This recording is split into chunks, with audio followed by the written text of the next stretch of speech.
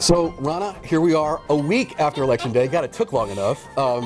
And as we promised, we did our look at the battleground states before the election, and now we had to sort of look at what we got right, but also what we got wrong. And let's start with the bad news, what we got wrong, at least what I got wrong, which is, frankly, our first episode, which was the Sun Belt. So we got it right. We both called Arizona for Biden. It looks like it's going to happen for Biden. It's very close. We also got it right in that Trump got held on to Texas, and I want to talk about that. The place where I got it very, very wrong was in Florida. So I want to start with Florida just so I can atone for my sins. Sorry, that was Trump.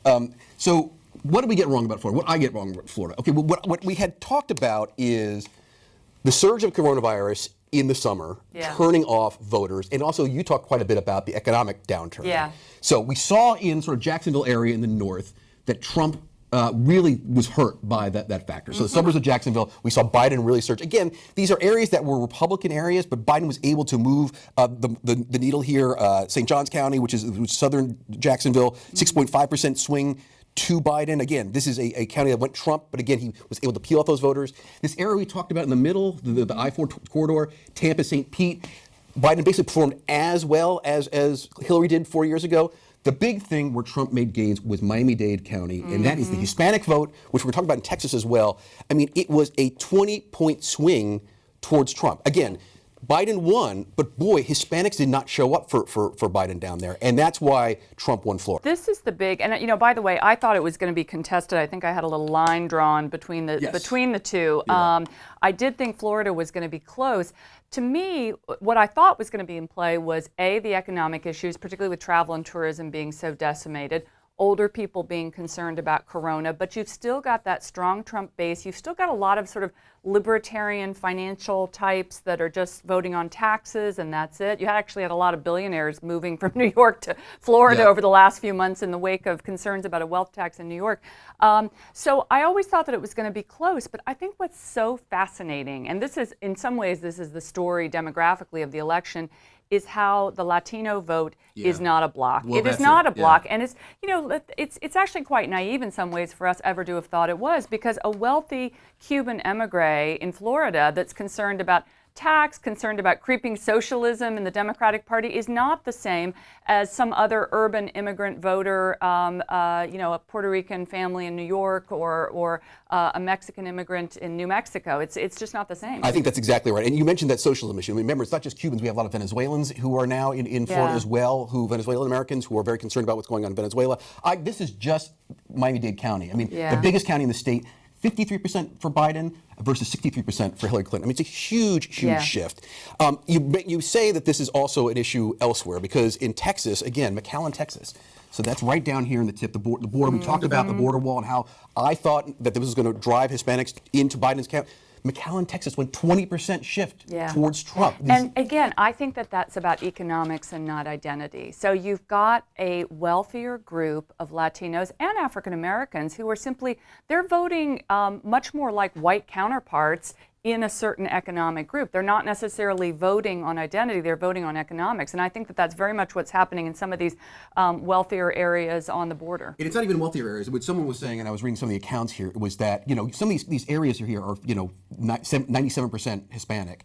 They tend to be poor, but they're poor, uneducated, or lack of college education Hispanics. Non-college education whites are also voting for Trump. And so you're seeing, as you said, that they're voting like their Anglo counterparts.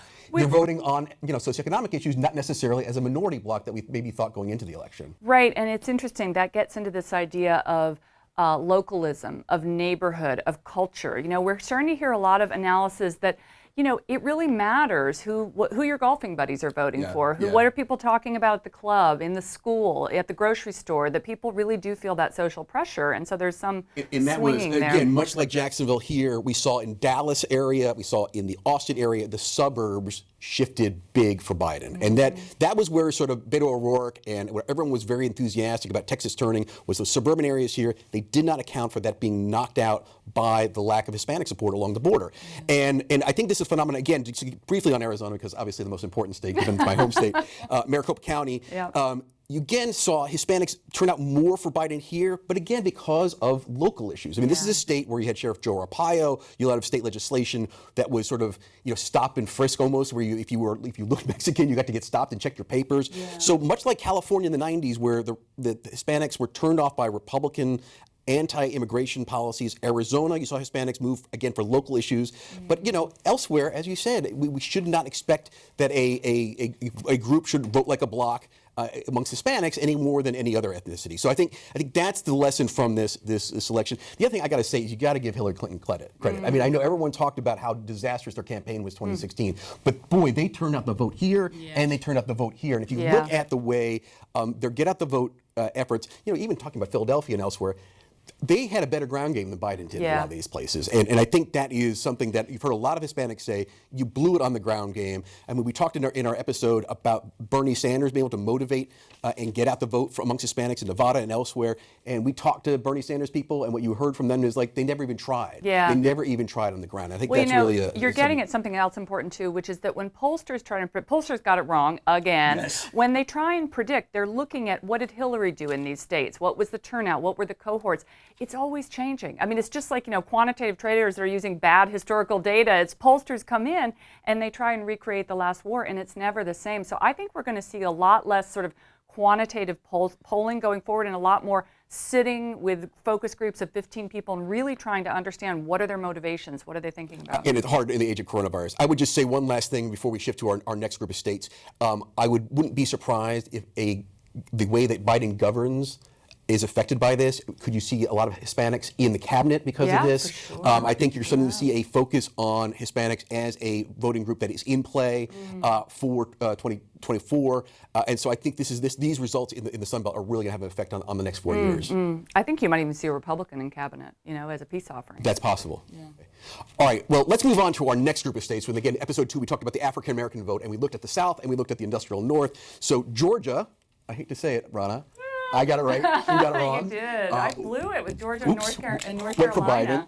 And again, organization there. North Carolina, you want to put the red on North Carolina to admit your sin there? I will. And then in the industrial North, we looked at Pennsylvania, which went for Biden, and Michigan, which also went for Biden. So we actually got those right. But I really want to focus on Georgia, and not to rack up my win here. But this, to me, is one of the most telling stories of the race. And it gets to this issue we talked about, which is the African-American vote. It was all Atlanta. In the surrounding suburbs. The one that I really noticed was Cobb County. So a lot of people talk about Fulton County, which is where Atlanta is. Huge upsurge in African-American vote. But Cobb County is one of these suburban counties. This is where Newt Gingrich used to represent Congress. This is rock-rib Republican. Went for Biden big. And this has a lot to do not only with changing demographics. So as we said in the episode when we dealt with Georgia, huge move of sort of African Americans from the industrial North back into the South, sort of the reverse Great Migration, particularly Atlanta, Charlotte. But what we also saw is organization. Well, and that was Stacey Abrams, almost became governor of Georgia 2 years ago. And she, from the day she lost that race, put together an organization, particularly in the Atlanta area, that turned out African Americans for Biden, and that's really what put him over the top. It's so important. I mean, both these things are crucial. For years, almost decades, you've been hearing from the Democratic Party, look, demographics are destiny. We are going to be a majority-minority country at some point. We are seeing African Americans moving into these southern states, becoming more prosperous. They're going to shift the vote. But ultimately, politics is about leadership. And it's about somebody getting behind a really galvanizing leader. And Stacey Abrams was that person. And that didn't really happen in North Carolina. It didn't really happen in North Carolina. She is a rising star. I think that I'm going to be watching to see if she gets something in the new administration. North Carolina, my story was that, look, this is a big cotton manufacturing state. This is a state where the sort of, made in America, bring back the supply chain story was playing out. I thought that manufacturers would see, you know what? Trump talked a big game, but he really hasn't done much for us. We've gotten into this trade war. We're not necessarily bringing jobs back. If we are bringing them back, they're being done by software. It didn't really resonate.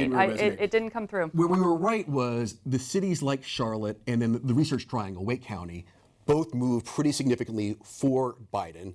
Again, these are sort of the college-educated suburban voters.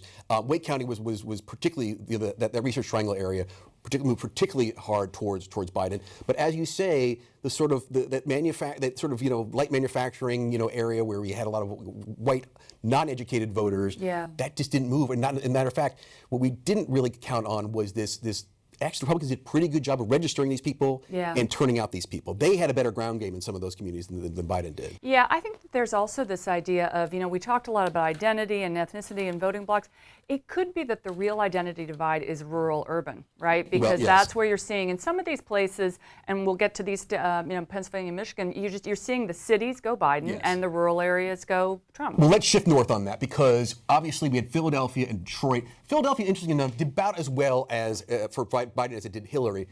But boy, Detroit did huge for Biden. Wake County, I'll just say, 587,000 votes for Biden, 519,000 votes for Hillary. That's 70,000 votes that turned out. Not only that, though, I also want to get to the issue of, again, the suburban areas. Macomb County, Michigan, which is always the county that is sort of this classic working class shift for Biden, right? Oakland County, which is more the upscale suburban counties of around Detroit, shift for Biden. So it was interestingly, and then Erie, Pennsylvania too, which is again this classic white working class county, went for Biden. So there was move in sort of those rural areas, strong turnout for Trump, and again that voter registration edge that the Republicans had in those counties really helped them. But there clearly was that working class white. The other thing I'll say was we saw some exit polling. We talked about this. White women breaking more, particularly in those suburban counties, breaking more for Biden than for Trump. So I think you're right in that there is this rural urban division, but I think that suburban area is going to become the battleground for the next 4 years. Well, the point about women is fascinating because, working class white women are voting on kitchen table economics. And so, you see them working class. This is, I don't know what your most famous drawing was your women and Actually, your men. it was my men. I know, your man with no hair. That was me. Yes. No, I think it's my husband, but we won't tell him that. Anyway, no, I think working class women were looking at their pocketbooks and being like, look, we're going to have to choose between food and medicine. I mean, they were just voting plain kitchen table issues. I think there was also the Biden labor card at play in Pennsylvania. He's very tight with the unions. The unions are very big. AFL has a lot of power in this area. Actually, the head of the AFL, Richard Trumka, is from Pennsylvania, was a coal miner. So I think that helped a little bit too. I still think that really Biden is a different candidate in these types of states than Hillary was. And I would just once again say we both got Michigan and Pennsylvania right. That was not an easy call, and there was obviously days where Pennsylvania we didn't know if we were going to be right, but actually it looks like both states that Biden's going to win going away. I mean, hundreds of thousands of votes in Michigan. We'll do some confetti. Yeah, and in Pennsylvania, 40, 50,000. They look like Biden's, so not even close there. So again, in these four states, I may have gotten a little bit more right than you, but we were pretty close on at the end of the day. So the last group we talked about in our three-part series was the Upper Midwest, and that's where we wanted to talk about the white vote. I hate to say it again, I think I got more right than you did on this one. We both got Wisconsin right for Biden, but I called Iowa for I'm Trump. showing my stripes as a columnist and not like an actual political analyst like you. Iowa, interestingly, not only did Biden not make any, and that was one of those states that the polls were just way wrong. I mean, 10-point win by Trump, which is basically the same he got over Hillary. And then strong showing we both got right in Minnesota. That was, again, one of those states that the Trump people thought they could flip from Hillary. It was a Hillary state, the only Hillary state, frankly, we talked about, but Biden won pretty handily there. So two things I want to talk to you about here is, again, this is where we talked about the white vote. These are all states where about 80-85% of the population is white. This was the classic Trump, angry white guy. Clearly in rural, your point about rural versus urban, rural Iowa, huge for Trump again. But the interesting thing is, first of all, there is an urban center in Wisconsin, Milwaukee. Milwaukee, African-American turnout there, something like, where did I have the numbers down here, some here, 30,000 more votes for Biden than for Hillary, so huge black turnout. But again, those suburban areas really turned out for Biden. And also in Madison County, Dane County, which is sort of the state capital, where the university is, again, huge surge in turnout in those areas. And again, exit polls. Now, the exit polls are a little bit dodgy this time because people didn't show up on the polling day. But 61% of women, white women, voted for Biden. 51% of white men. So this thing we talked about where, again, our beautiful pictures of women and men, we don't know our genders other than hair, apparently. That was really pronounced in these three states where that gender divide really did the president in. Yeah. Well, so thinking about the rural vote, I mean, Iowa's a farm state, too. And I'm remembering the big battle. Republicans were trying to convince Iowa farmers that it was all about China. China was going to eat their lunch. And Democrats were trying to use concentration of power, big ad, COVID, the disruption of the supply chains. Yeah. Clearly, anti-China won, which is not unexpected. I Yeah. mean, and you're still seeing. You saw that with Biden. There was a little bit of we are going to get tough on China. You're seeing some policies already talking about ring fencing supply chains. It's going to be very interesting to see how the economic nationalism card plays out and whether or not actually there might be some blue-red coalitions to be built there. Well, let's hope this coalition's somewhere, but because it really has not been that way for the last 4 years. The other thing I'll just say again, we didn't talk much about Minnesota, but we talked a bit about suburban Minneapolis, St. Paul. Yeah. Again, those counties, 7-8% shift from Hillary to Biden. And again, I can't emphasize this much. If you look where Biden really won, again, there's the African American factor, but the suburban voter really is where that turned for Biden. It helped him maintain that blue wall we talked about. Should I put back my blue wall? Yeah, put your blue wall. Yeah, and that was reestablished. But again, I think this is about COVID. Yeah. Because clearly a lot of those college-educated people in the suburbs were upset and worried and having, much like ourselves, kids forced to work from home during school, have older parents who are have to maintain social distancing and quarantine. That battle for the suburbs, which has really been the factor of American politics for the last 30 years, and we kind of forgot about it in the age of Trump. But that battle for the suburbs, I think, is really what won Wisconsin for Biden and really sort of doubled down for Minnesota. I find this very heartening too because if you remember. In the wake of some violence in places like Portland, you had the sort of square-offs between Proud Boys and some of the Antifa. Yeah. I was worried that kind of nervous white suburban soccer mom was somehow going to think that her city was under threat and go right. That did not happen. These people did not buy into that. Because I checked also that results narrative. in Kenosha, because that was one of the towns just south of Milwaukee where obviously there had been a lot of unrest. There was no perceptible change in the vote there. Yeah. And again, Minnesota, St. Paul, this is where George Floyd happened.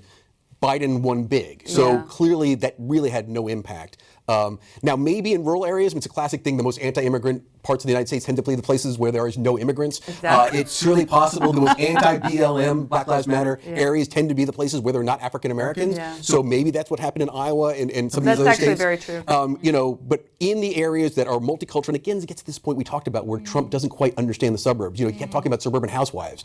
Those don't exist anymore. Our suburbs are multicultural. They're younger. Again, this Cobb County in Georgia, Oakland County in Michigan, these counties are much more diverse than they were 20, 30 years ago when Nixon rolled out that playbook 40 years ago. I'm still wondering about North Carolina because that's diverse too. It is. Again, but I think in North Carolina, if you look at those counties, again, Wake County is being a perfect example of that research triangle where you had people coming in from all over the world to work at University of North Carolina, Duke, and the like. Those counties shifted for Biden, but it is the counties you spent a lot of time in, I know, in that sort of, the rural agriculture counties, not dissimilar from Iowa and obviously your home state of Indiana. They stayed with Trump, and maybe it's the agriculture argument, maybe it's the protectionist argument played very well there, and they didn't move for Biden in the ways that you and I thought they would, given the economic uncertainty of the last 6-7 months. But by and large, I know the media has gotten beat up, and the pollsters rightly got it beat up, but I think Rana Fuhar and Peter Spiegel got it pretty close to right. I think we did okay. Florida was the one I really feel I missed, and I thought we were getting Florida call for Biden on the night. I was wrong. Yeah. And that's the one I think in terms of reporting resources, I like to send my reporters down once we get out of the pandemic, down to Miami-Dade, down to McAllen, and really try to figure out what happened with that Hispanic vote, because that's to me the biggest surprise. It is indeed, and I think demographics really is destiny, but A, it takes a while. B, it doesn't always play out the way you think it's going to. How it's playing in different places is up for grabs. I'm going to be watching the Carolinas. I'm going to be watching the Rust Belt too to see, not if, they clearly went with the blue wall, but just to see how Biden's approach to China, Biden's approach to trade, Biden's approach to how different it is, and what are we going to see in the midterms by then. All right, that is it. Rana, thank you again. Thank you. We'll do it again in 4 years.